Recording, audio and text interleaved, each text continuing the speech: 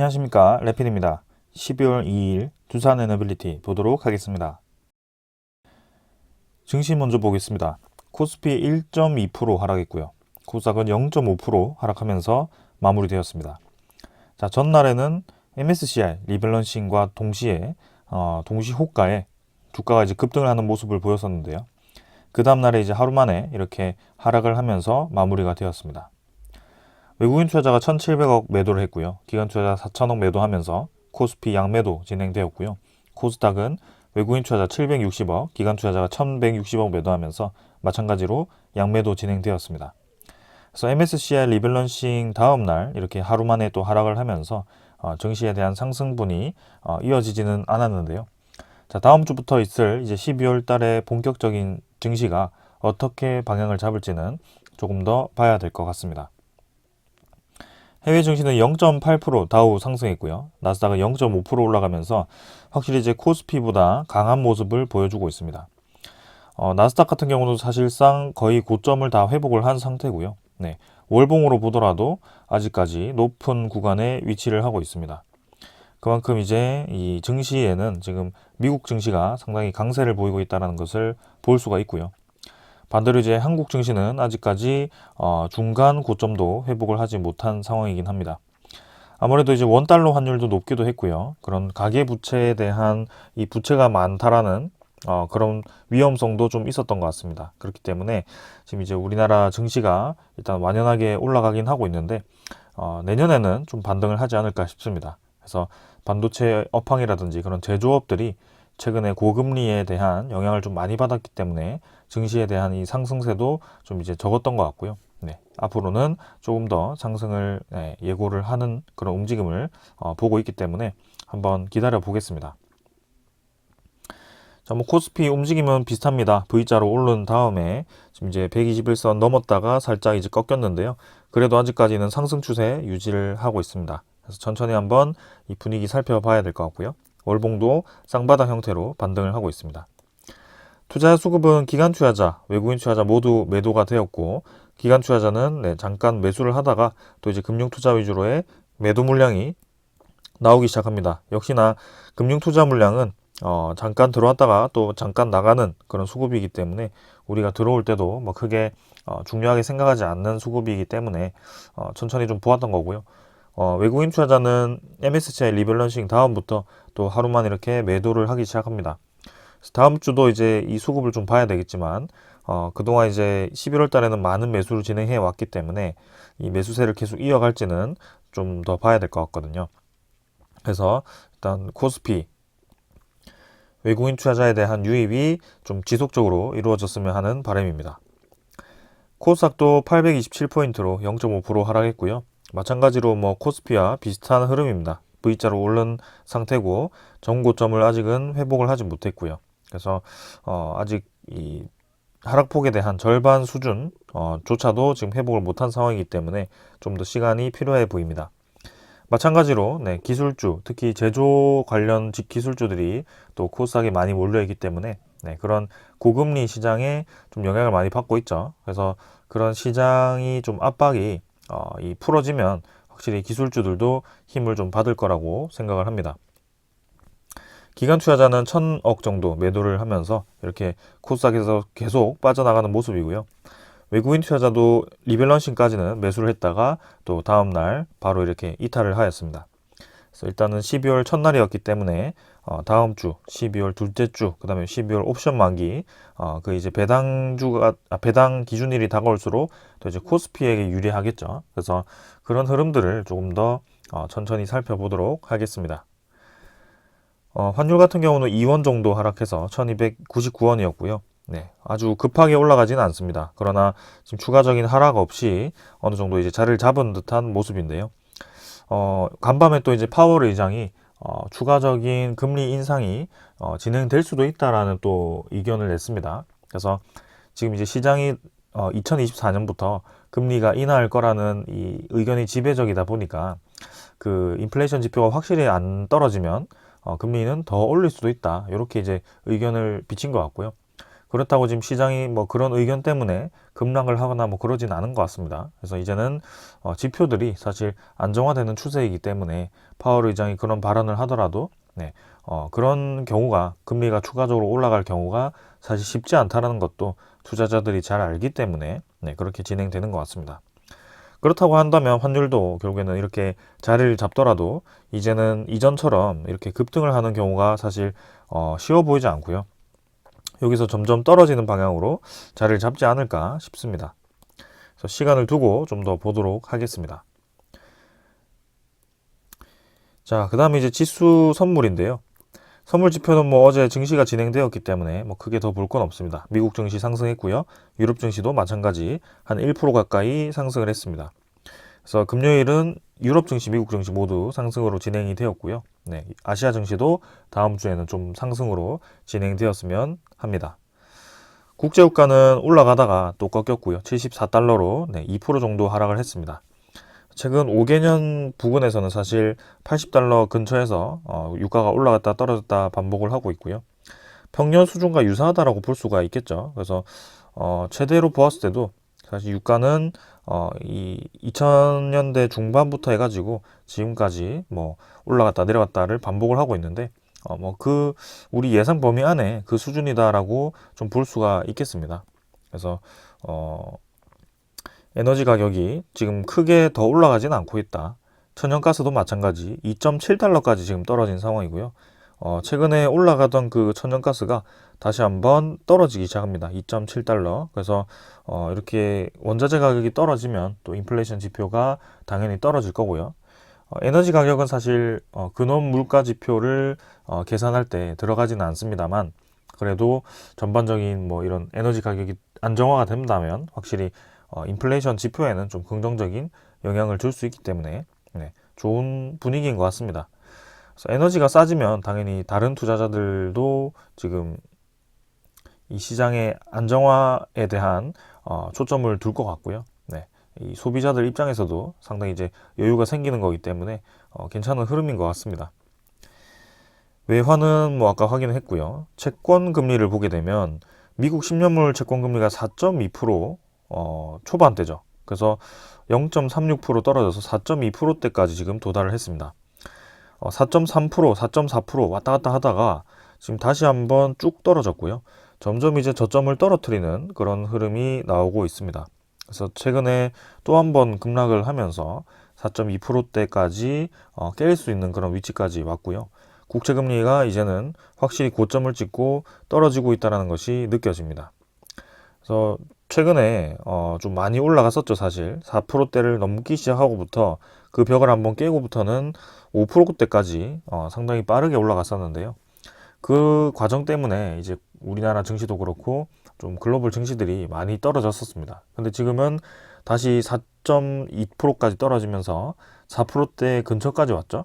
그래서 그 아래로 다시 떨어진다면 3% 중반까지 와준다면 시장이 이제 어느 정도 안정화를 찾았다라고 볼 수 있고요. 네, 그런 안정된 흐름을 타고 코스피 코스닥도 좀 반등을 할 수 있겠구나라는 생각이 좀 듭니다.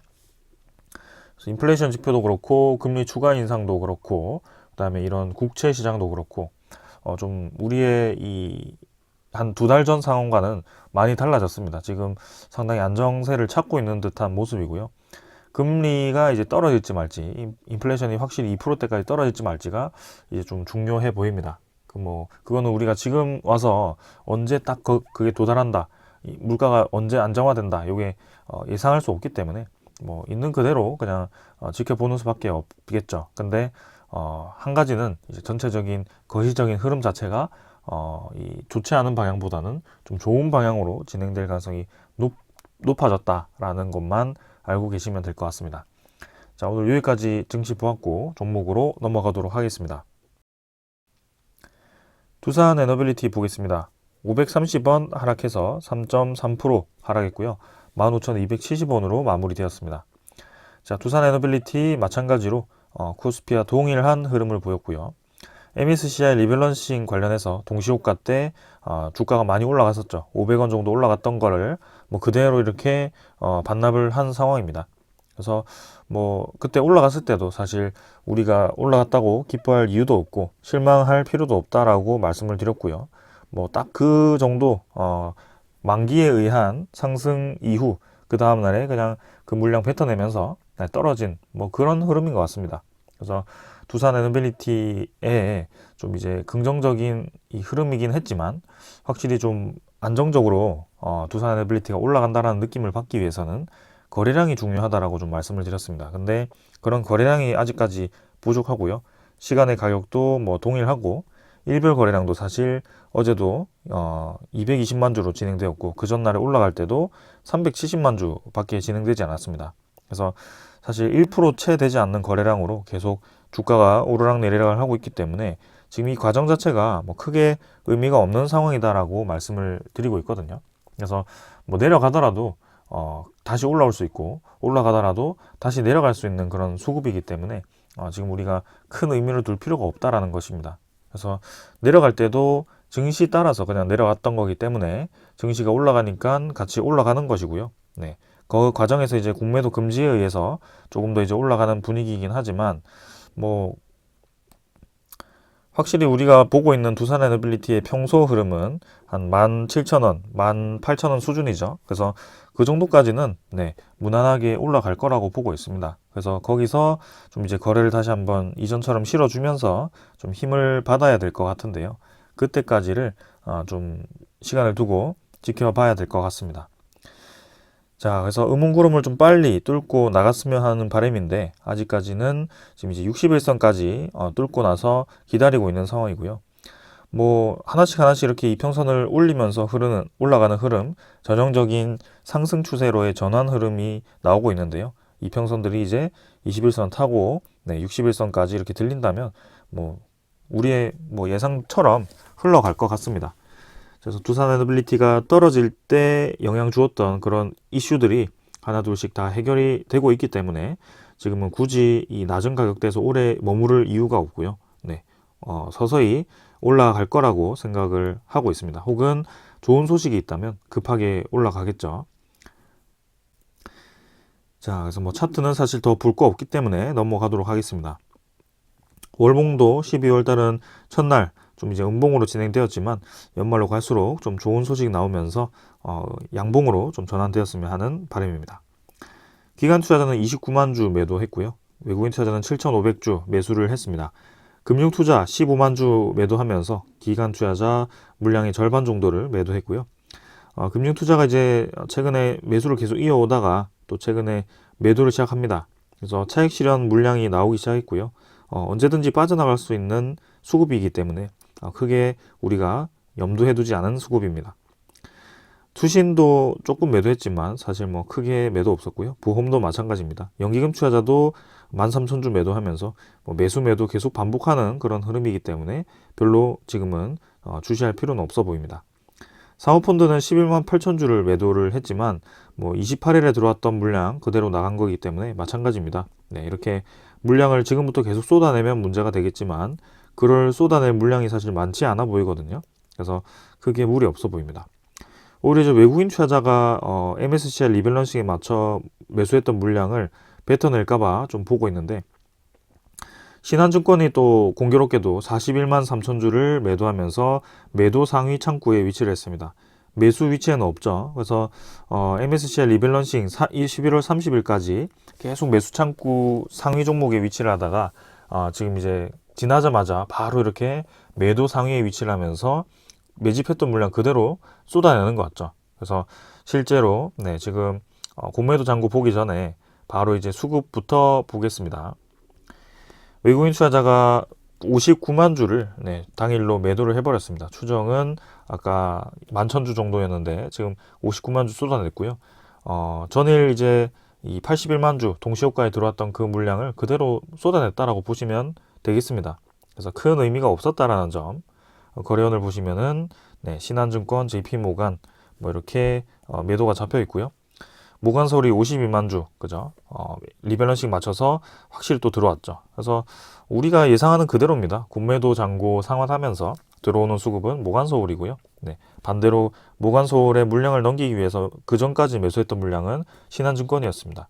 근데 지금 이제 그 다음 날부터 다시 신한증권이 매도로 지금 포지션을 잡고 있는데요. 이 매도가 또 언제까지 이어질지는 또 한번 봐야 될 것 같습니다. 자, 그러나 이제 이렇게 공매도가 상환이 되더라도 다시 이제 늘리는 게 지금까지의 흐름이었는데 이제는 다시 늘릴 수 없는 환경이죠. 공매도가 금지되어 있기 때문에 뭐 시장 조성자는 공매도를 할 수 있긴 하지만 사실 공매도를 그리 자유롭게 할 수는 없습니다. 네. 공매도 완전히 금지된 건 아니지만 이전처럼 아주 많은 양을 공매도를 칠 수 없는 환경이기 때문에 실제로 이 두산 에너빌리티의 일 공매도 거래가 만주 밑으로 지금 계속 유지가 되고 있고요. 잔고 자체는 980만 주 정도 지금 이루어졌습니다. 아마 11월 30일에도 공매도 잔고가 많이 상환이 되었을 것 같고요. 12월 1일부터는 이제 공매도 잔고가 어떻게 되었을지는 더 봐야 될 것 같습니다.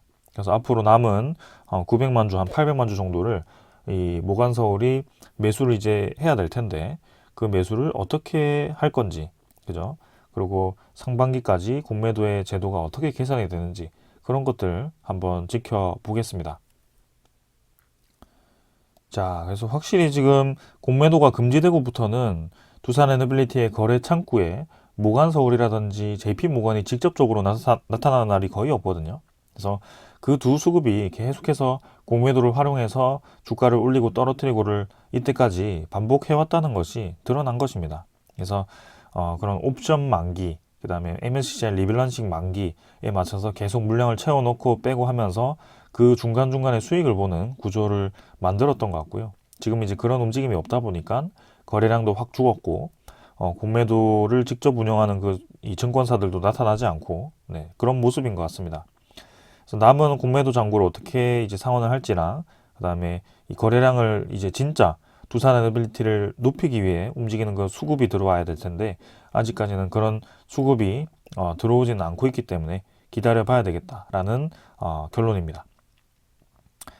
자, 공매도 잔고 말고 이제 대차 잔고를 보면 체결이 16,000주, 그 다음에 상환이 83만 주 되면서 상환이 한 82만 주, 81만 주 정도 되었습니다. 그래서 2,630만 주에서 2,550만 주 정도까지 이렇게 대차 잔고가 줄었고요.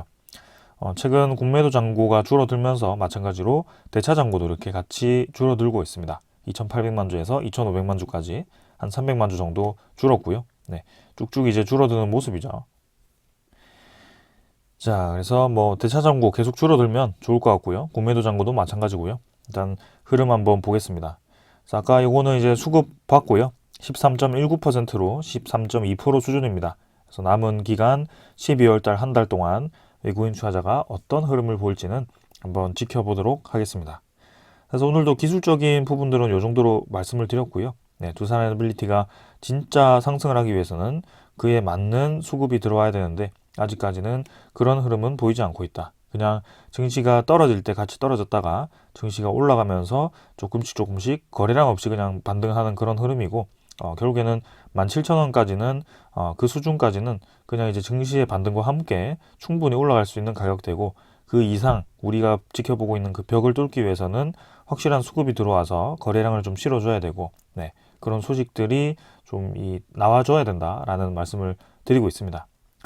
자, 그런 면에서 이제 신한울 3, 4호기에 대한 소식이 들려왔었고요. 주설비공사가 수주를 했죠. 사실상 현대 컨소시엄 이제 낙찰이 되었기 때문에 포스코 ENC와 현대건설, 그다음에 두산 에너빌리티가 이렇게 새 시공사가 컨소시엄을 구성해서 들어가게 됩니다.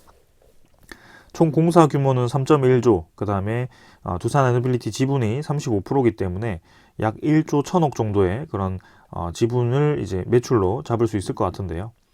그 1조를 수주했다라고 보았을 때도 크게 변화가 없었던 뭐 그런 흐름이었습니다. 근데 사실상 두산 에너빌리티가 지금 움직이기 위해서는 조금 더 상징적인 그런 이 흐름이 있어야 될 것 같고요.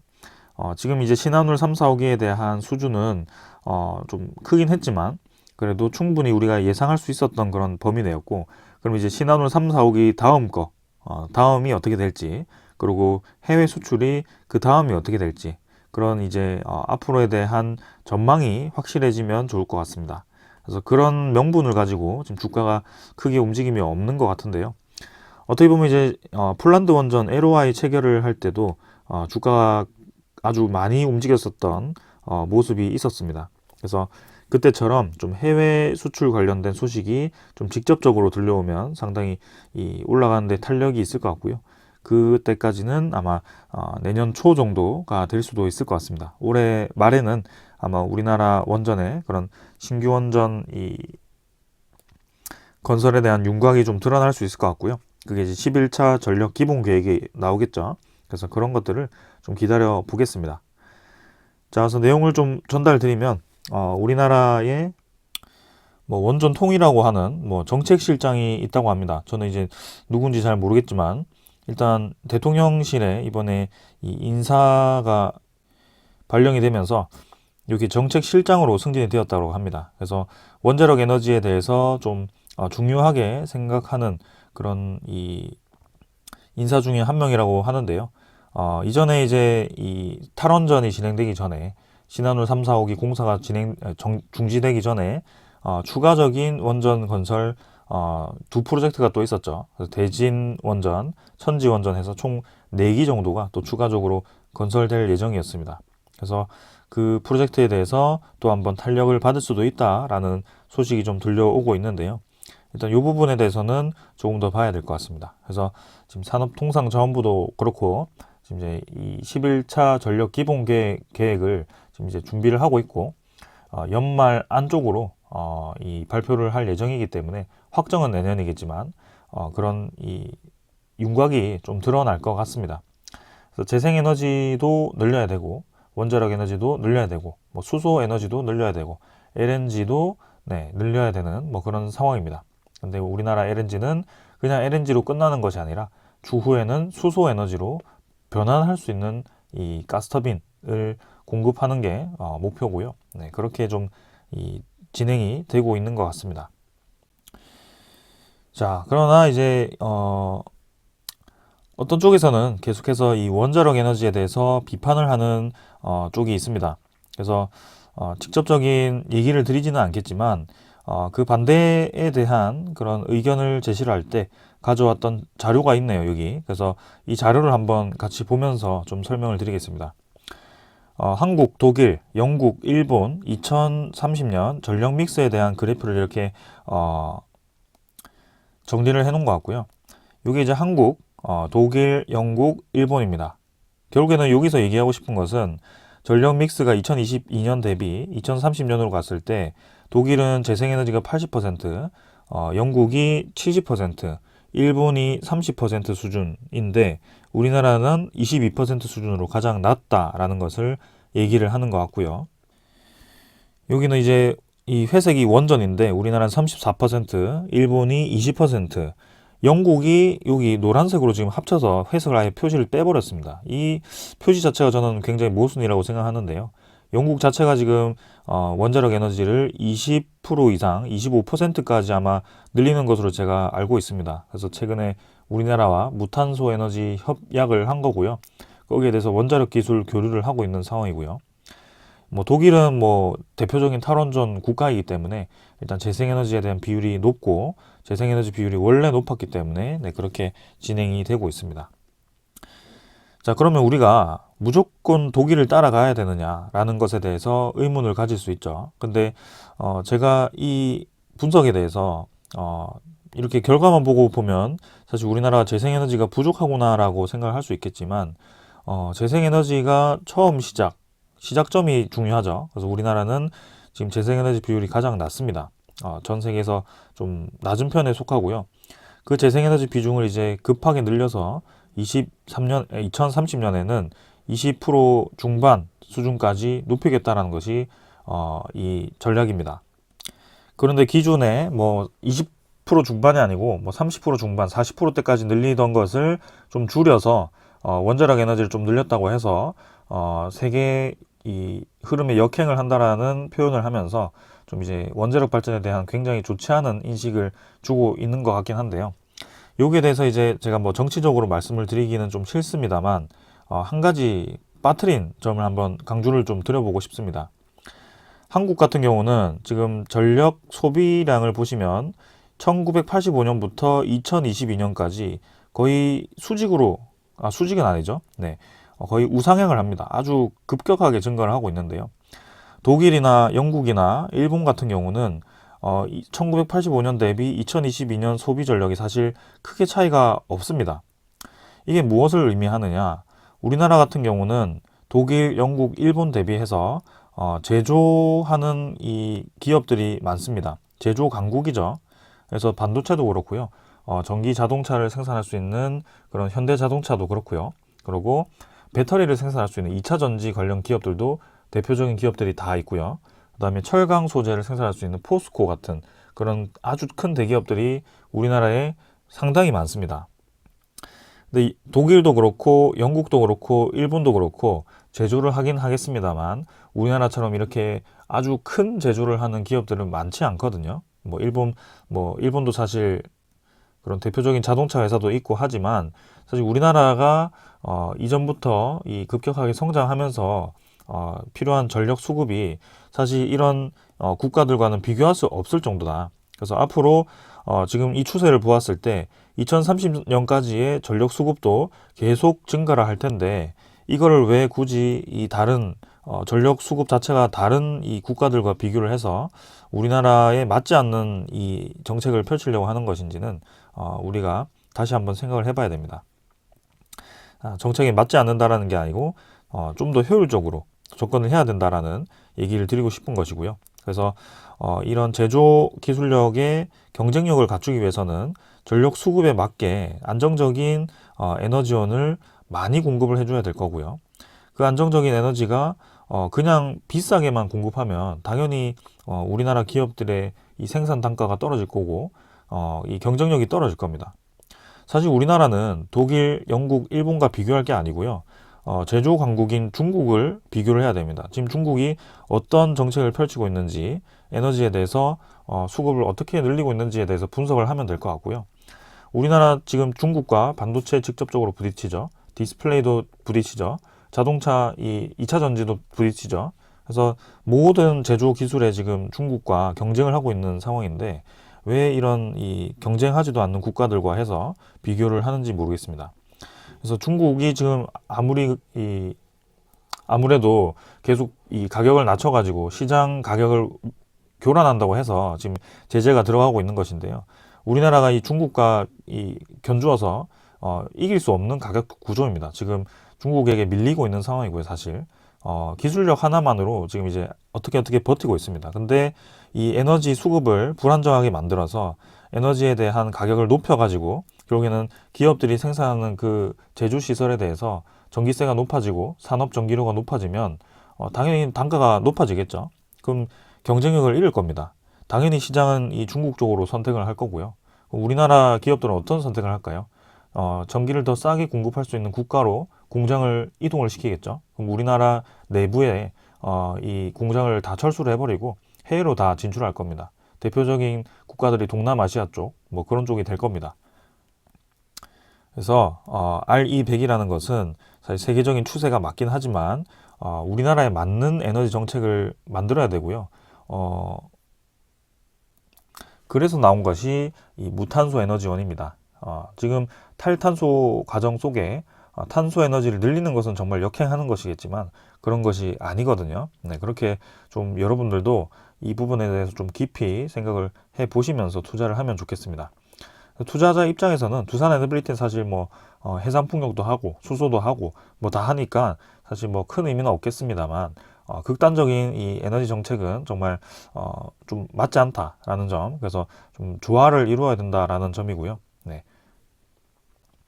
그렇다고 제가 지금 태양광이 필요 없다라고 얘기하는 것도 아닙니다. 태양광도 필요합니다. 그래서 그런 것들이 좀 잘 어우러지게 좀 진행을 했으면 좋겠습니다. 그리고 이제 지금 UAE에서 이 기후 변화 협약을 하고 있죠. 그래서 여기서 이제 원자력 발전에 대한 이 에너지 정책을 미국과 그런 영국, 한국이 또 발표를 할 겁니다. 그래서 국제적인 동조를 얻기 위해서 그런 이 내용이 나올 건데요. 이번에 이제 재생에너지에 대해서 우리가 3배 가량 이 높여야 된다라는 협약을 했다라고 합니다. 그래서 지금 국제재생에너지기구가 선정한 2022년 세계 재생에너지 발전 용량이 향후 7년간 3배가량 늘려야지 목표가 달성이 가능하다라고 했고요. 한국도 3배 늘리겠다라는 그런 발표를 한 것 같습니다. 근데 뭐 여기 보면 좀 이제 이 전력 수급 기본 계획에 따르면 지난해 국내 재생에너지 발전 용량이 26.3기가와트라고 하는데요. 26.3기가와트면 1.4메가와트, 원전 1400메가와트를 20기를 지어야지 이걸 커버를 할 수가 있습니다. 근데 사실 우리나라 재생에너지 지금 26.3기가와트 아니거든요. 네, 요건 잘못된 지금 정보를 주는 것 같고요. 아마 목표하는 이 용량이 26.3기가와트인데 지금 현재 발전 용량이 26.3이라고 잘못 얘기한 것 같습니다. 그래서 2030년에 이 3배를 해서 요거에 그친다라고 하지만 그게 아니고요. 2030년에 26.3기가와트일 거고 지금 이 3분의 1 수준인 한 7기가와트 수준일 겁니다. 네, 그래서 그 목표를 지금 달성하기 위해서 해상풍력을 지금 대규모로 단지를 이 사업권을 확보를 하고 있는 거고요. 뭐 지멘스 가메사라든지 오스테드라든지 그런 해상풍력의 강국들이 지금 우리나라에 진출을 하고 있습니다. 근데 또 너무 이제 우리나라 에너지 시장에 그런 해외 기업들이 들어와서 시장을 다 차지해버리면 사실 별로 좋은 그림은 아니죠. 그래서 우리나라 입장에서도 네, 국산화가 지금 필요한 시점이고요. 그걸 이제 두산 에너빌리티라든지 뭐 그런 이 우리나라 대표하는 기업들이 뭐 국책 사업을 끼고 그렇게 개발을 진행해서 계속 네, 국산화를 진행하고 있는 것입니다. 그래서 두산 에너빌리티는 지금 이제 국가기관이라고 보시면 될 것 같고요. 지금 상당히 이 에너지 차원에서는 많이 필요할 겁니다. 앞으로. 그래서 당장에서야 뭐 주식수도 많고 뭐 이전까지 사실 이전 한 3, 4년 동안은 유상증자도 많이 진행했고 블록딜도 하고 막 정말 비친화적인 주주 정책을 좀 펼쳤는데요.